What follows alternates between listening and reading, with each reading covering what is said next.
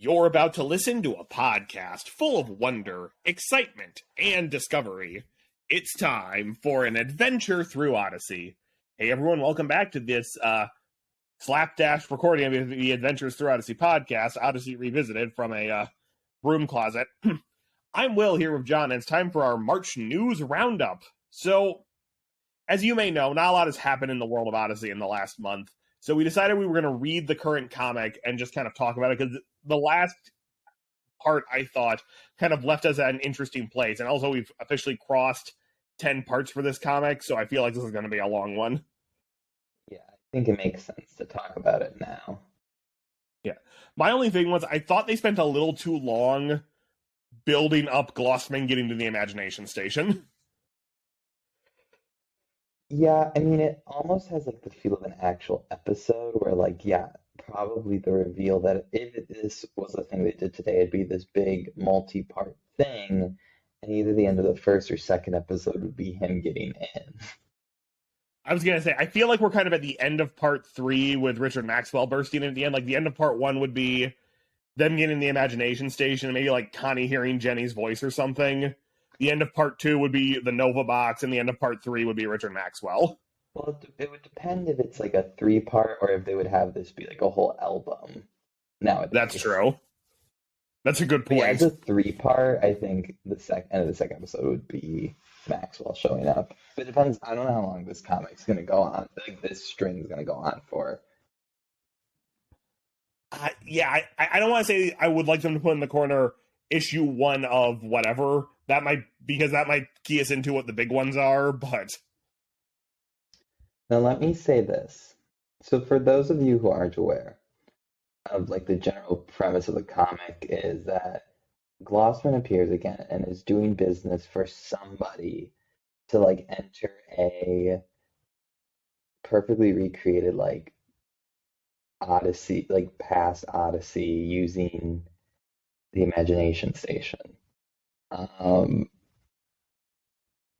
And Richard Maxwell then shows up at the end to be like, "You're right about that."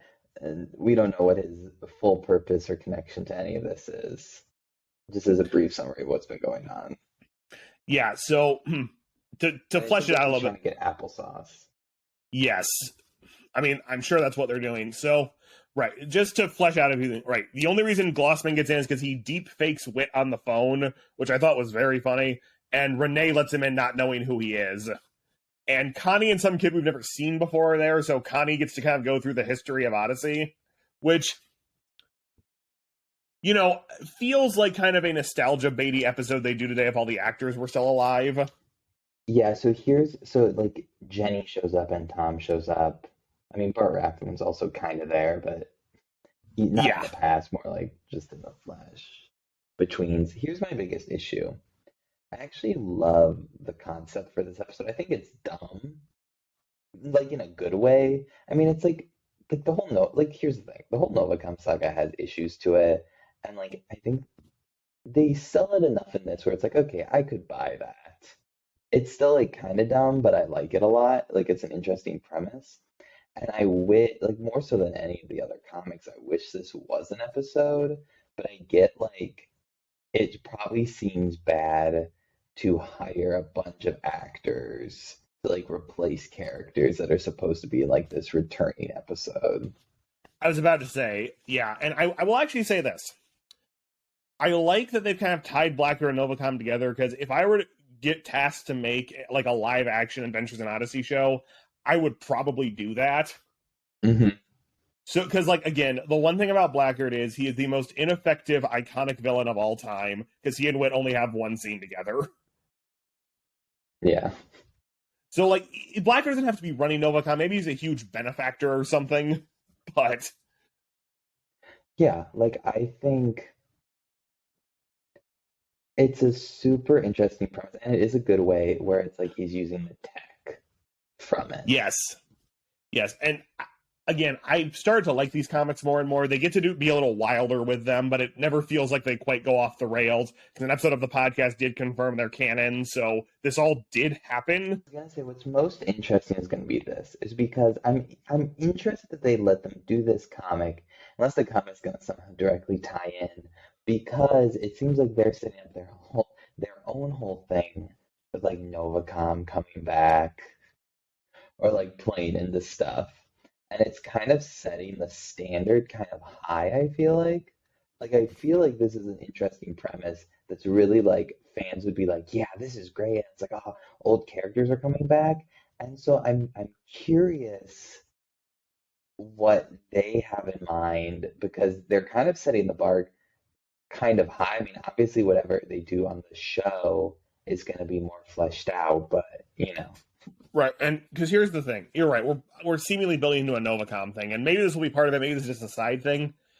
If the comics are involved, and this is going to turn into Odyssey's Time Lord Victorious. you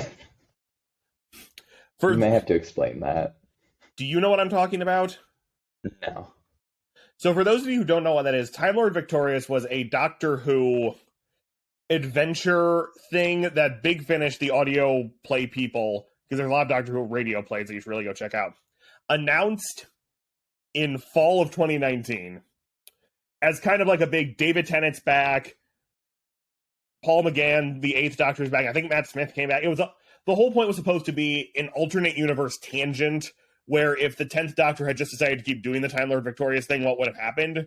And it was supposed to be books, radio plays, escape rooms, live stage shows, da-da-da-da. Basically, it was their way of saying, we know the show's in a bit of a rut right now, so here's this. Although I kind of liked that season. Anyway, so it started in March of 2020. Whoops. And then it ended in April 2021. So I actually Googled it, like YouTubed it a few weeks ago, and a lot of the videos were whatever happened in Time Lord Victorious, or a similar title. Because it looks like because of COVID, they had to scrap a lot of the more ambitious ideas. Because I guess, so I'm just saying, it does kind of feel like, on one hand, it would encourage more people to get the club and read the comics.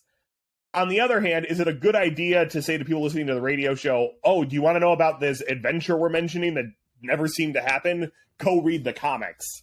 Right, which is why I think it probably won't become relevant, even though, like, I think the radio team and the radio writers could come up with something really good for the Novacom comeback that they're kind of like teasing and setting up in the show. I'm just saying, like, this is like, and I mean, the comic is kind of like to appeal to fans and like bring back fan favorite characters and ideas, but it is like, this is like a real good premise that if this was on the Yes. radio show, fans would be like, this is great. Right, I was also going to say, not to use another Doctor Who comparison, it feels a lot like the 60th anniversary they're about to do, where it's a lot of fan service stuff that people are going to be excited about, but whatever the new stuff is going to be, it's probably going to be a little different and focused on the main character, on the new characters. Yeah. Which is fine, to be clear, but it does kind of feel like, here's your fan service version of Novacom, but here comes our real version where, I don't know, Detective Polehouse has to escape from a VR hellspace or something. I didn't mind that episode. I didn't mind it either, but... So I think this is really interesting. I really hope next week isn't the last part of the comic, because that'll be kind of embarrassing, but... Richard Maxwell just comes, snaps his fingers, and it's all fixed. That would be funny. That being That said, would be I did... really funny. I know. I did appreciate, and maybe they'll mention this, because Richard Maxwell was supposed to be Aram. Yeah, that would be cool. I mean, I wouldn't be shocked if, like, suddenly they have, like, Mitch on FaceTime. I know. Oh, hi, Richard. You know each other? Yeah, you gave me the idea for Aram. That might be a little dangerous. I'll say this, too. I think they had drama trial, and Yes. and then it said inferred in this episode. Right. So I do want to say, I love that the comics reference which episode to go listen to if they say something like that. Yeah. But yeah. So that is the episode where Mitch is deciding to join, if he should join the FBI or not. And occasionally, the radio, they'll have, like, people talking about the fallout from Novacom. Yeah, which is interesting. Yes. But the one thing is, how does Renee not know Whit was involved in the Andromeda stuff? Because I'm assuming he showed up at the Andromeda trials. He may have been involved, but you might not have known that, like, the box was that. She also may have been, like, with the Odyssey timeline like 14 or 15. That's true. It does go She back looks to really young in this comic. true, and they gave her a scarf for some reason.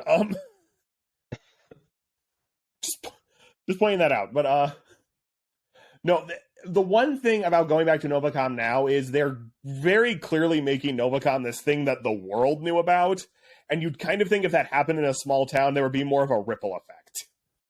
I do like how they're like, the government confiscated these. Well, one must have gotten away. It's like, yeah, one probably would have gotten that, like, in private Right. hands. Yeah, exactly. Like a private collector. He's look, Glossman is probably working for the chairman or something. That's because like who else could it be on the other end of that phone? Yeah, I Maybe agree. Sky Feldstein. That's true. But yeah, so let's just go. I don't even know where this comic goes next because there's no other passed away Odyssey characters they could really bring back because it kind of looks like we're now just sitting in the Blackguard applesauce phase. Oh, I guess they could jump forward to Darkness Before Dawn and have Jack Allen come back. Yeah, I mean, I think there's a handful of, I mean, you could have Bart come back in that sense, or Rodney. I mean, they've already come back, but Right. So, have the yeah. Israelites come back? Oh, I mean, I'm still thinking whatever Maury's team is going to wind up being the Israelites. Yeah, So, maybe. We'll see all about right. that. Exactly. All right. So, on to the actual episode. Anything else you want to say about the comic? I'm good. All right. Yeah, the only other thing I'd say in Odyssey News, they've started doing these Instagram posts called the Twilight Zone posts where they show old concept art or talk about old concepts for the show. So far, it's just been like old artwork, but it's been interesting. All right. The Jacobs Report, Robert Smalls. On kids' radio, Dale Jacobs and a painting tell the story of Robert Smalls.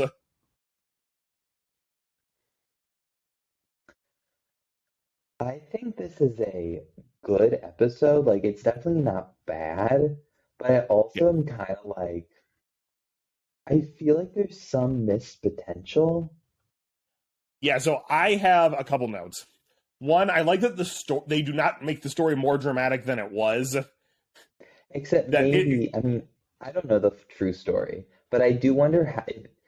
I was actually going to say that too because it's very undramatic. Like they're like, oh, what are they going to do? And then they just wave them on. It's like, okay, we're good, and it's like good because obviously, like in real life, that probably like, they weren't trying to get away. But then I think they tried to compensate by making it like real dramatic. at the end, yeah. Yeah, Yeah, that was the least dramatic part of my life. I'm not going to do the impression. yeah. Right. Please don't, please. I'm just saying, it kind of feels like maybe there should have been a part two. Uh, this is my So other big piece. Oh, go ahead. no, I 100% agree. I was like, this is like an interesting story. And it's like, it is to Jacob's credit that it's not a story I've heard before. And it's a really interesting story. And then it's like, and then I wish that was like, right, the most like dramatic part. But it's like, and then they list all these things that happen. I'm like, why aren't we having like a part two about that? I agree. Or Also, I live an something hour away from where all this interesting. happened, so I knew who Robert Smalls was. Yeah. But I'm like, But I'm just like, what?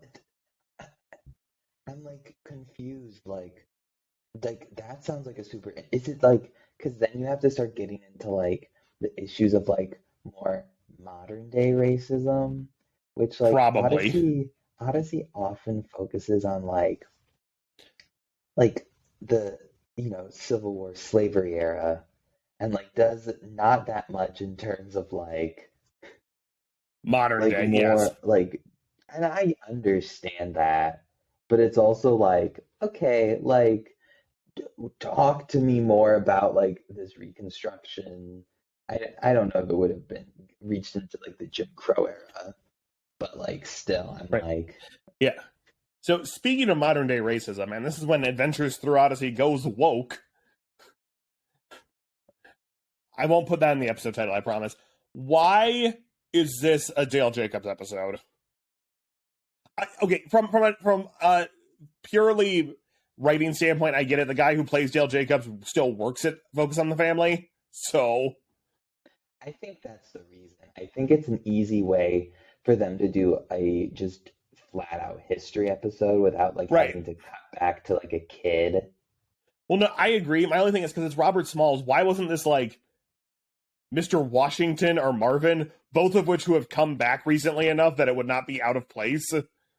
I think they're just setting this like report thing up as like a thing they do once a year.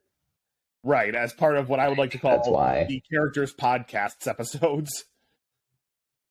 Yeah, I mean, in fairness, it's like they're like club like part of their problem they've gone into is they're like the club episodes like are not supposed to be super like relevant to the main series.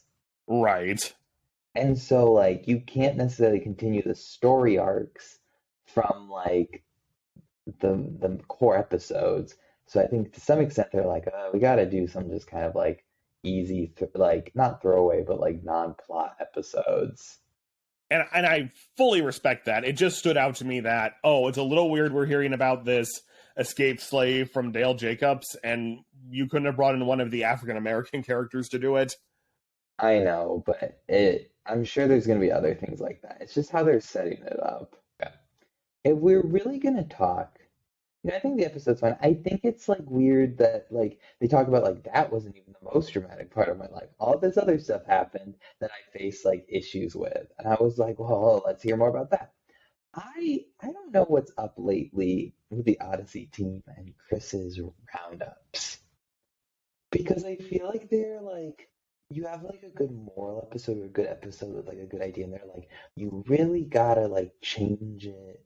Like you gotta focus it on God. And I get that, but because in this one, Chris like is like, like he wanted freedom, but there's a greater like freedom from slavery, but there's a greater kind of freedom, and that's freedom in like belief in Jesus Christ. And I'm like, well, you're not wrong. But I'm also like, I don't think we need to be comparing that to slavery. Like, there's no reason to compare the two and say, like, slavery Okay, is bad. yeah, But since you brought this up, I'm going to mention it. That kind of sounds like something a slave owner might have said back in the day. yeah, like, I don't think that's their intention at all. But it just comes off bad when they, like, start saying, like, this was bad. But or like they wanted free. I guess it's like they wanted freedom, but there's a greater kind of freedom, and it's like you're like on paper you're not wrong, but there's no benefit of saying that. I No totally one agree. you saying like the importance of that type of freedom, people aren't gonna be like, well, what about this? Like, what about freedom in God? Like, it's so weird to compare the two or to make that comparison. I absolutely agree. And so I think the whole episode's fine. I think it should have been a two-parter because I think the stuff they mentioned at the end, I think would have made it even more interesting and explain even more why this person's important. But I think that end bit, I was just like, what? Like, I feel like there's been a thing, like, and like, I can't remember the specifics, but I've mentioned it before, where like in attempts to try to like talk about what like tie the episode back, it like retroactively makes like parts of the episode worse. Or like, it's like, is that what you're thinking about this? Yeah, I don't disagree. And maybe we'll realize this as we go through that this has been a long-standing problem with Odyssey. But I do feel like, one, as you do more complex episodes, sometimes you have to bend over backwards a bit more. But yeah, I don't know if we necessarily needed Chris to say all of that. Yeah, because I don't think the episode like portrays things poorly or like I think there's some stuff where it's like, yeah, that's harsh. I'll say this. At the beginning of the episode, I was like, this is very similar to the Underground Railroad episode, like with the basic premise. Yes. And I was like, why are we doing this? And then they like differentiate it. I'm like, okay, I understand this more. But at the beginning, I was like, this seems very similar. But like, I don't like the episode does a good job of portraying like this is bad, and like this is like they need to get out, and like it's horrible that what these people are doing. I mean, for a kid show, I think they could do it more if they wanted to and show like even worse things. But and then Right. like it is, it's just weird but then they have that little wraparound where you're like comparing like the different type of freedoms, and it's like you don't have to do that. Agreed. So I feel like we should say we probably both did like this episode. I thought it was an interesting history story. I always like when they're brief. It's probably the one time we could have used the second part. I like that they don't manufacture drama. I think the Robert Smalls parts are really interesting, although so many of them are in an echoey boat that it kind of sounded like I was standing in a museum listening to a voiceover. A little bit. Not in a bad way, it just stood out. Yeah, I like this episode. I mean, I started by saying I liked it. I just think the end bit was like, they started talking. I was like, what are you doing? Like, I think I said that out loud while listening to it. Oh my. I also like that they brought the gallery back. I agree. I think that's nice. It's always good to see, like, inventions come back. Yes. All right. So unfortunately, we do not know what the April episode is yet. I'm hoping it's the Jay, Buddy, and Zoe Adopt a Highway one. I as well. Because I need to check. I feel like last April's was Way of the Comic Book, so that would be a good April comedy episode. So we will see. But all right, hopefully something more interesting happens in Odyssey this month. I know I normally do the web quest. I did. It was mostly just a little more about Robert Smalls in general. So yeah. But other than that, we'll get back to normal episodes soon, including that lost episode that we'll re-record at some point. So I'm Will. Wait, what lost episode? Do you not read my emails? You don't send me emails. Okay, the episode we recorded before the one that was all Harley remakes was unsalvageable, so we have to redo it. I released the Harley remakes one because I needed content, but... Unsalvageable, what happened? Your internet died halfway through and we didn't notice, and when you came back, the audio was all garbled. Oh, okay. That makes sense. Yes. All right, I'm Will. I'm John. We'll see you next time. 92% of households that join Peloton early in the year are still active a year later. Yeah, if you like cycling to EDM. Not just EDM. Try cycling to Broadway hits, take a scenic hike in Iceland on our treadmill, or roll to some 80s jams. Because I have so much free time. Whether you have 30 minutes or just 5, Peloton can fit any schedule. 92% stick with it. So can you. Try Peloton tread, row, or bikes risk-free with a 30-day home trial. New members only. Not available in remote locations. See additional terms at onepeloton.com/home-trial.